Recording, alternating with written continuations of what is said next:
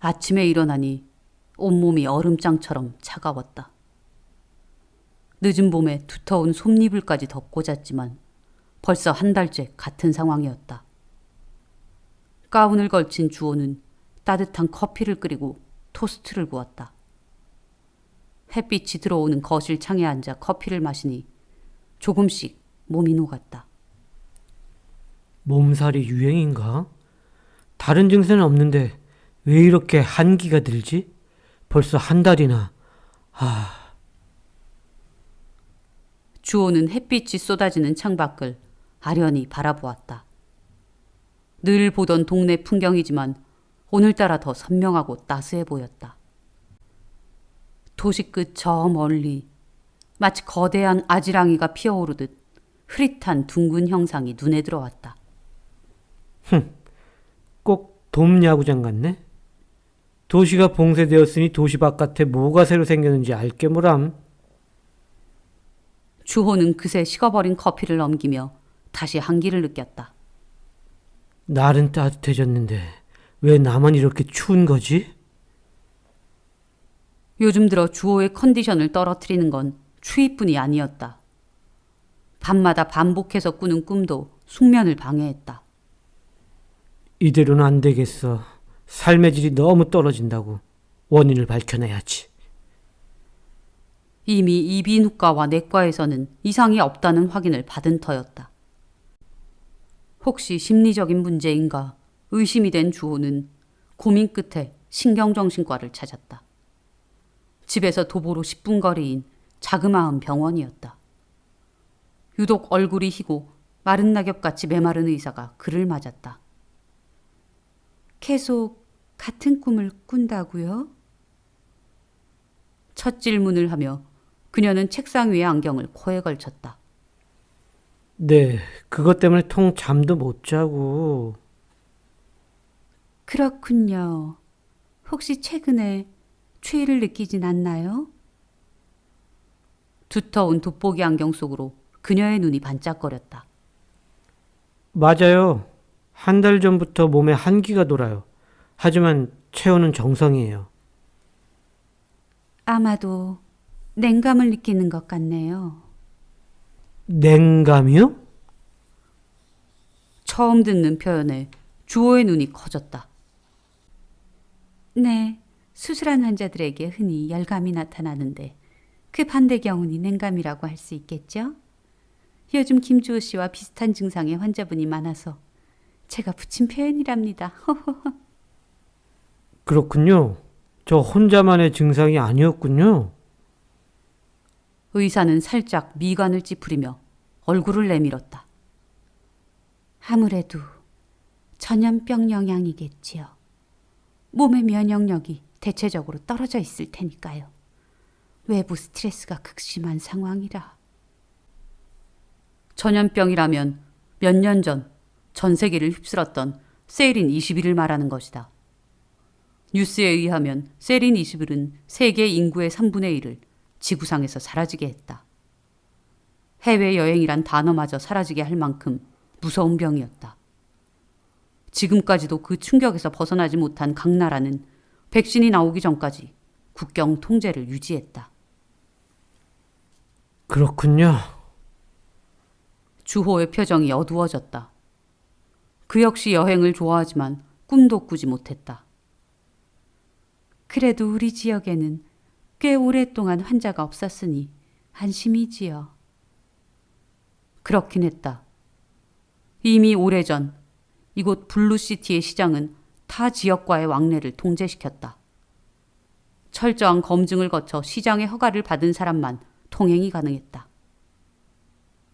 그건 그렇고 문진표에 같은 꿈을 꾼다고 적으셨네요. 그 얘기를 해볼까요? 네. 매일 밤 같은 꿈을 꿉니다. 계약서에 사인하는 꿈이요. 계약서요? 의사는 주호의 얼굴을 살피며 무덤덤하게 물었다. 네. 꿈속이라 흐릿해서 상황이 정확하진 않지만 계약서인 건 분명해요. 계약서를 쓸 때 당신 모습은 어땠나요? 글쎄, 좋은 기분은 아니었던 것 같아요. 뭔가에 쫓기는 것도 같고 분위기가 좀 엄숙한 것도 같고. 그렇군요. 환자분처럼 강박에 의해 반복된 꿈을 꾸기도 한답니다. 제 생각엔 스트레스 때문인 것 같은데 일단 약을 처방해 드릴 테니까 챙겨 드시면서 햇볕 쬐고 운동하면 곧 좋아질 겁니다. 주호는 그렇게 약봉지를 받아 집으로 돌아왔다. 하지만 이후에도 증상은 나아지지 않았고 그는 여전히 괴로움을 호소했다. 오빠, 최면요법을 받아보는 건 어떨까? 보다 못한 여자친구 소피아가 해결책을 제시했다. 최면요법? 꿈의 전체 내용을 다 알면 뭔가 실마리가 풀리지 않을까? 오빠도 그게 답답한 것 같은데. 일리 있는 말이라 생각한 주호는 소피아가 소개해준 최면술사를 찾아갔다. 쭉 뻗은 나무처럼 껑충하게 키가 큰 사람이었다. 핏기라고는 없는 얼굴과는 달리 따스하고 부드러운 목소리의 소유자였다. 이제 당신의 깊은 내면으로 들어갈 것입니다. 그곳에서 당신은 눈 뜰 것입니다. 눈을 떴을 때 보이는 것을 편히 말씀하십시오. 자, 심호흡을 하시고 하나, 둘, 셋. 안락 의자에 누운 주호는 그의 지시를 따랐다. 그리고 잠시 후 주호는 자신의 꿈속으로 들어갔다. 정말 내가 내 꿈속으로 들어왔잖아. 주호는 천천히 꿈속의 자신에게 다가갔다. 아, 내가 환자복을 입고 있었구나. 케인 병원이라고 적혀있네? 환자복을 입은 주호는 바짝 마른 몸을 휠체어에 기대고 있었다. 시커먼 낯빛에 붕 뜬 눈, 생기라고는 찾아볼 수가 없었다. 난 저 병원에 간 기억이 없는데. 그리고 저 모습은 꼭 죽기 직전 사람 같잖아. 주호는 꿈속 자신의 얼굴을 뚫어져라 바라보았다. 꿈속의 자신이 막 서류에 사인을 하려는 순간 절망뿐이던 그의 얼굴에 신락 같은 희망의 빛이 스쳐갔다. 저 흉측한 몰골에도 눈빛이 반짝이다니. 도대체 무슨 계약이기에 그러지? 주호는 이번엔 계약서로 눈을 돌렸다. 계약서의 내용만 확인하면 뭔가 실마리가 잡힐 것이었다. 주호가 계약서를 바라본 순간 끔찍한 두통이 머리를 때렸다. 그리고는 번쩍 눈을 뜨며 최면에서 깨어났다. 최면술사는 당황한 몸짓으로 허둥댔다. 이런, 또 이러네. 또 이러다니요? 반복된 꿈 때문에 찾아오는 손님들이 항상 결정적인 순간에 최면에서 깨버리곤 합니다. 주호는 몇 번이나 다시 최면요법을 시도했다. 하지만 번번이 마지막 순간에 실패하고 말았다. 그는 낙담한 채 그곳을 나올 수밖에 없었다. 집으로 돌아오던 길, 한 낯선 남자가 불쑥 그의 앞을 가로막았다. 정장 차림에 검은 선글라스를 낀 사내는 다짜고짜 주호에게 질문을 했다. 같은 꿈을 꾸시죠? 뭐야, 이 사람? 주호는 대답 없이 그를 바라보았다. 경계하시는 건 당연합니다. 하지만 저는 당신과 같은 처지의 사람입니다. 관심 있으시면 한번 저희 모임에 나오십시오. 모두 비슷한 상황의 사람들이 모여 해결책을 탐구하는 곳입니다. 남자는 명함을 남기고는 호련히 가버렸다. 주호는 그에게 받은 명함을 멍하니 바라보았다. 연락처도 이름도 없는 명함에는 드리머라는 글자와 함께 약도가 그려져 있었다. 이후에도 꿈은 매일 반복되었고 냉감도 계속되었다. 주호는 점점 지쳐갔다. 일상생활마저 흔들리는 지경에 이르자 주호는 결국 명함의 그곳을 찾아가기에 이르렀다. 꿈꾸는 사람들의 모임, 드리머는 시의 외곽에 위치해 있었다.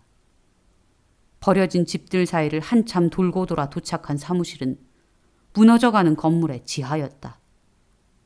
허물어질 듯 위태로운 계단을 밟고 내려가니 제법 큰 지하실이 펼쳐졌다. 그곳에는 20여 명 남짓의 다양한 사람들이 모여 있었다. 인종도 연령도 제각각인 그들은 옹기종기 그룹을 이뤄 대화를 하고 있었다. 주호가 들어서자 그를 알아본 검은 선글라스 남자가 반갑게 맞이했다. 오셨군요. 이리로 오십시오. 검은 선글라스의 남자는 사람들에게 주호를 소개했다. 이분도 우리와 같은 꿈을 꾸는 분입니다. 마치 오늘 중대 발표가 예정되어 있는데 운이 좋은 분 같습니다. 중대 발표라고? 주호로서는 전혀 이해 못할 이야기였다. 잠시 후 작은 키에 통통한 체격의 중년 부인이 사람들 앞에 나섰다. 모인 사람들은 모두 그녀를 향해 돌아섰다. 여러분, 드디어 제가 꿈의 끝을 보았습니다. 그녀의 말에 지하실에 모인 사람들이 술렁이기 시작했다. 뭐야, 꿈을 끝까지 꿨다고? 이 사람들 정말 나랑 비슷한 꿈을 꾼 걸까? 주호는 처음 보는 사람들과의 자리인데도 기대감에 부풀었다. 여러분들 모두 저와 비슷한 꿈을 꾸셨을 겁니다. 각자 상황은 다르더라도 계약서에 사인을 하는 것은 모두 동일할 것입니다. 그녀의 말에 주호의 심장이 요동쳤다. 정말 내 꿈과 비슷하잖아. 드디어 저는 길고 긴 명상을 통해 어제 그 꿈의 끝을 보았습니다. 지하실 안이 순식간에 쥐죽은 듯 고요해졌다. 침 삼키는 소리도 없이 모두 그녀의 입만 바라보았다. 제가 꿈에서 본 것은 바로 같은 시각 제복을 입은 한 무리의 사람들이 모니터를 바라보고 있다. 모니터에는 지하실 상황이 실시간으로 방영되고 있었다. 도시 바깥의 상황실. 주호가 거대 아지랑이처럼 느꼈던 바로 그곳이었다. 반구 형태의 투명 돔 꼭대기에는 주호가 사는 블루시티의 모든 곳을 감시하는 모니터가 있었다. 상황실에서 모니터를 지켜보는 사람들은 모두 깨끗한 민머리에 제복을 입고 있었다. 그들 중 상황실의 책임자인 제임스가 무겁게 입을 열었다. 아무래도 블루시티 민속촌의 인간들 중 일부가 자각을 한 것 같은데 이게 어떻게 가능한 거지? 그게 다른 시기의 냉동인간은 문제가 없는데 유독 21세기에 세팅한 인간들만 오류가 나타납니다. 해동할 때 이전 기억을 모두 제거하고 새로 세팅을 하는데도 아마도 21세기는 동결기술 초창기 때라 결국 얼릴 당시 문제가 있었단 말인가? 그런 것 같습니다. 깨어난 지 한 달이 지났는데도 오류가 지속되고 있습니다. 블루시티 민속촌 책임자 제임스는 직원들에게 명령을 내렸다. 저 사람들 모두 다시 동결 처리한다. 오류 원인을 확실히 밝혀낼 때까지는 현장 투입해서 재해시킨다. 알겠지? 네, 알겠습니다. 2501년의 지구. 인류는 고도의 기술 발달을 이루었다. 하지만 21세기부터 냉동된 인간 캡슐이 그 옛날 공동묘지처럼 쌓여가 골칫거리가 되었다. 이에 과거의 모습을 재현한 민속촌 블루시티를 만들어 현생 인류의 볼거리로 제공하기에 이르렀다. 블루시티의 책임자 제임스는 동결 보관되었던 사람들의 기억을 제거한 후 그들이 살던 21세기형 도시 모형에 살게 했다. 마치 원래부터 그곳에서 살았던 사람들인 것처럼 기억을 조작한 후였다. 세린 21이라는 전염병도 이동 통제를 위해 지어낸 말이었다. 하지만 유독 21세기 출신 인간들에게서 오류가 발생했다. 이에 주호를 비롯한 사람들을 다시 냉동 상태로 되돌리려는 것이다. 한편 자신들의 처지를 모르는 지하실 사람들은 모두 중년 여인에게 집중해 있다. 제가 꿈에서 본 것은 바로 냉동인간 계약서입니다. 아마도 전 과거나 전생에 냉동인간이었을지도 모릅니다. 그래서 몸이 추웠던 건가? 주호는 충격에 휩싸인 채 생각에 잠겼다. 그때 듣고 있던 사람들 중 한 사람이 소리쳤다. 제가 도시 밖에 나간 적이 있어요. 거기서 투명돔과 다른 지역 사람들을 봤어요. 근데 그들은 우리와 전혀 다른 모습이었다고요. 그게 지금 우리 꿈과 무슨 관련이 있죠? 검은 선글라스의 남자가 의아한 눈으로 질문했다. 우리가 살고 있는 블루시티를 둘러싼 비밀이 있단 말입니다. 그의 말이 끝남과 동시에 시끌벅적한 발소리가 지하실 계단을 울렸다. 그리고 거대한 보호장비를 뒤집어 쓴 사람들이 들이닥쳤다. 모두 등 뒤에 커다란 냉동 가스통을 짊어진 사람들이었다. 당신들 뭐야? 말이 끝나기도 전에 그들은 가스를 뿜어댔다. 지하실에 모인 사람들을 재동결시키기 위해 투명돔에서 파견된 특수요원들이었다. 쉬. 가스는 순식간에 지하실의 모든 사람을 얼려버렸다. 알파3 블루시티 오류 집단 동결 처리 완료. 사람들은 모두 좀 전 그대로의 모습으로 동결되었다. 입을 벌린 채 놀란 얼굴의 주호도 마찬가지였다. 얼마간의 시간이 흐른 뒤 그는 다시 해동되어 깨어날 것이다.